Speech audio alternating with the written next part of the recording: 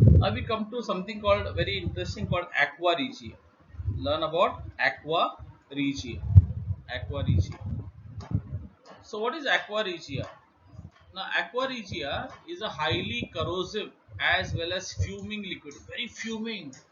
मतलब very strong liquid, very corrosive मतलब which can corrode things, corrode मतलब सड़ा डालेगा उसको, like an acid, no? If I throw the acid on your face, what will happen? It will just melt your face, it will corrode your face. So it's a very corrosive liquid, aqua regia, very interesting liquid. We'll learn about it. So what is aqua regia? Aqua regia is a freshly prepared mixture of concentrated hydrochloric acid and concentrated nitric acid in the ratio 3:1. So how do you get aqua regia? By mixing hydrochloric acid and nitric acid. Huh? So if you take three, let's say for example, so ratio should be 3:1. That you remember. That if you take 3 liters of hydrochloric acid and 1 liter of nitric acid, you will get 4 liters of aqua regia. Understood? So why 3:1 ratio? No, so 3 liters of hydrochloric acid and 1 liter of nitric acid. If you mix, you will get 3 plus 1, 4 liters of aqua regia. Clear? So the ratio should be maintained, and it should be a freshly prepared mixture. Very important, freshly prepared. You cannot use a basi one, stale one.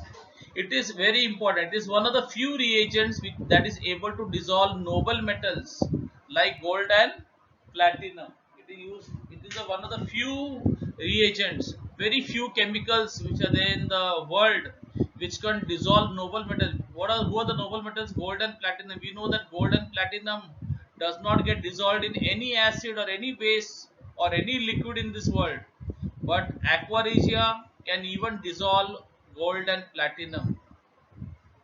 Okay, aqua regia is such a corrosive liquid that it can dissolve even a noble metal like gold and platinum, which no acid in the world or no base in the world can dissolve gold and platinum. But aqua regia is such a corrosive liquid, such a fuming liquid, it can dissolve even gold and platinum. Now, very important, though concentrated HCl or HNO3 alone cannot dissolve gold and platinum. See, if you just put a noble metal like gold and platinum, if you take a gold and platinum metal and put it in the concentrated HCl or in concentrated nitric acid or concentrated hydrochloric acid, it will not dissolve. But when you mix both of them and then you put the gold or platinum, then it dissolves. See the power of two. Power of two. By itself, hydrochloric acid cannot dissolve gold and platinum. By itself, nitric acid cannot dissolve gold and platinum. But when I mix both of them in the ratio 3:1 and make aqua regia, it is able to dissolve gold and platinum. The power of two. दो का दम. अकेले में दम नहीं है, बस दोनों मिल गया तो सबका वाट लगा देगा.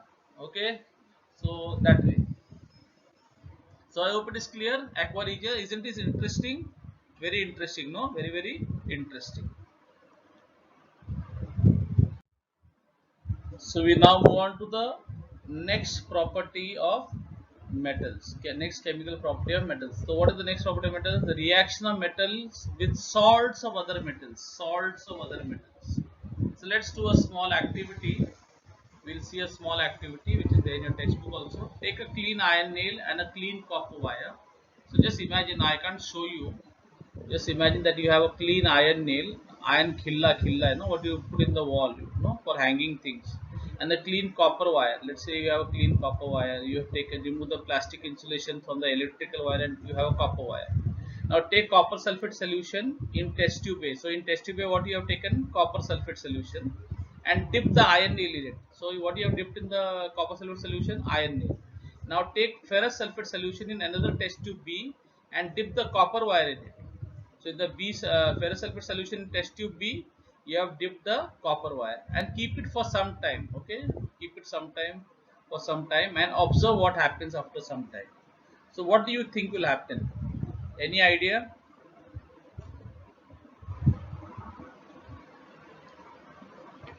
Think.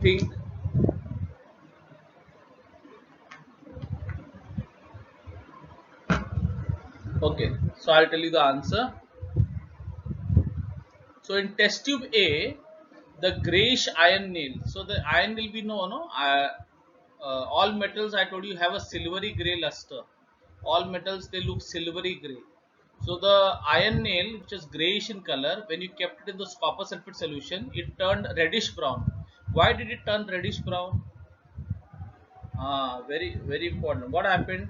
And what happened to the copper sulfate? The blue color. The copper sulfate solution we know is blue color. No, it's blue. That's why copper sulfate. If you remember in your study in the 9th standard and acid, base, and salt chapter, copper sulfate is called blue vitriol. Why? Because it is bluish in color. And the blue color of the copper sulfate solution fades out. That means it becomes slightly pale greenish. Okay, now this is a displacement reaction. This is a displacement reaction. So we'll see why the iron nail, which was grayish in color, originally grayish in color, turned reddish brown when you kept in the copper sulfate solution for some time. That is in test tube A. Okay, because of this reaction, iron displaces copper.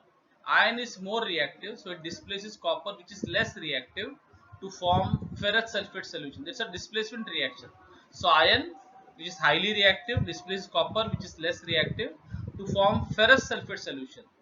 And this copper gets deposited on the iron nail. So when the copper gets deposited on the iron nail, copper is what color? Copper has got what luster? Copper looks reddish in color, no? So that's why the iron nail becomes reddish brown.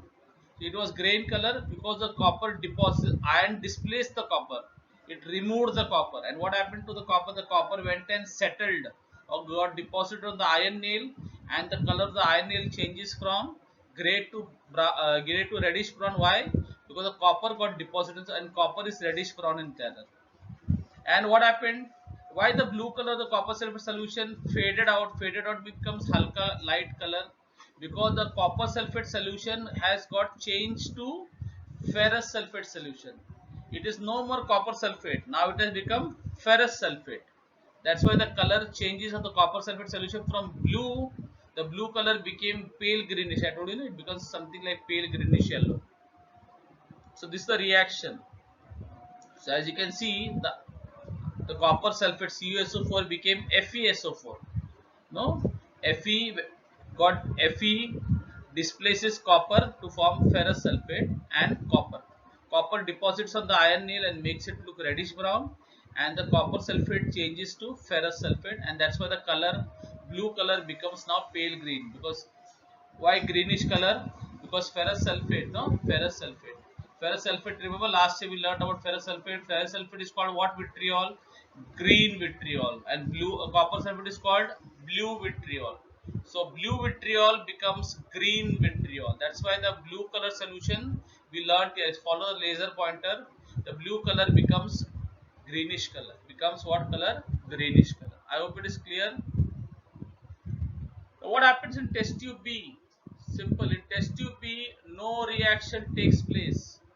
No reaction takes place. Why? Because test tube B, what did you do? You put a copper wire in what solution? Ferrous sulfate solution. You put a copper wire in ferrous sulfate solution. Ulta. We all have learned here. Look at the laser pointer. Iron is more reactive than copper because that's why iron displaced copper. No, iron is more reactive than copper. Yes or no? But here, what did you in test tube B? You put copper in iron sulfate. Now, copper, you put the copper solution in ferrous sulfate means what? Iron sulfate. You put copper in iron sulfate. So now copper cannot displace iron because copper is less reactive than iron. That's why in test tube B, no reaction takes place. Why?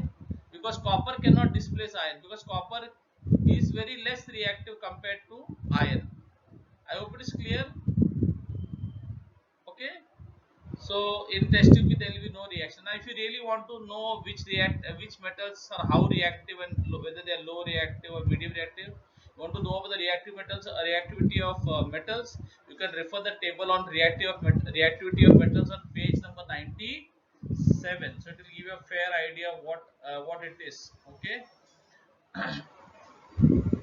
So I hope this is clear. This is also very interesting thing.